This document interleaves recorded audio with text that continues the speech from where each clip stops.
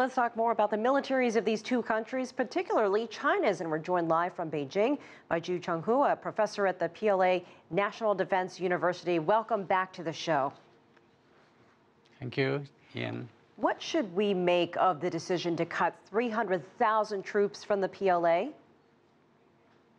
I think this is an important decision for the Military Commission of China to make the cut, because at present time, I think we have too many troops which might be useless in the future wars like information warfare, etc.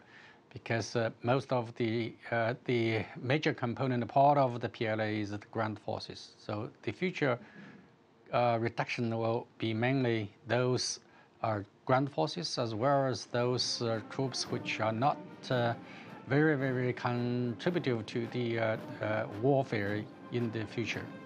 For example, those agencies like the athletes, like the singers and dancers, etc.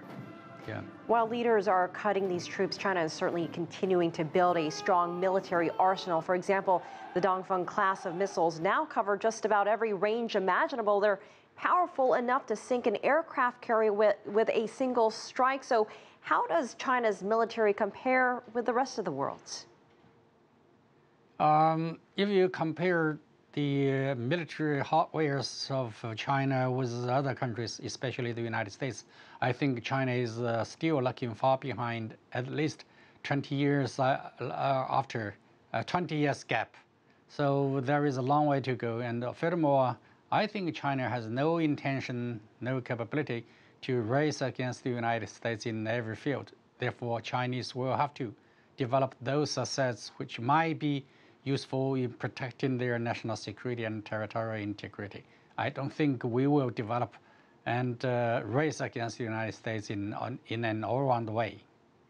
All of this military might support a concept called active defense, and experts point out that that's really a key difference between China's philosophy and other countries like the U.S. Can you explain what active defense means? Active defense means that we will never fight the first shot at any country or any armed forces in the world.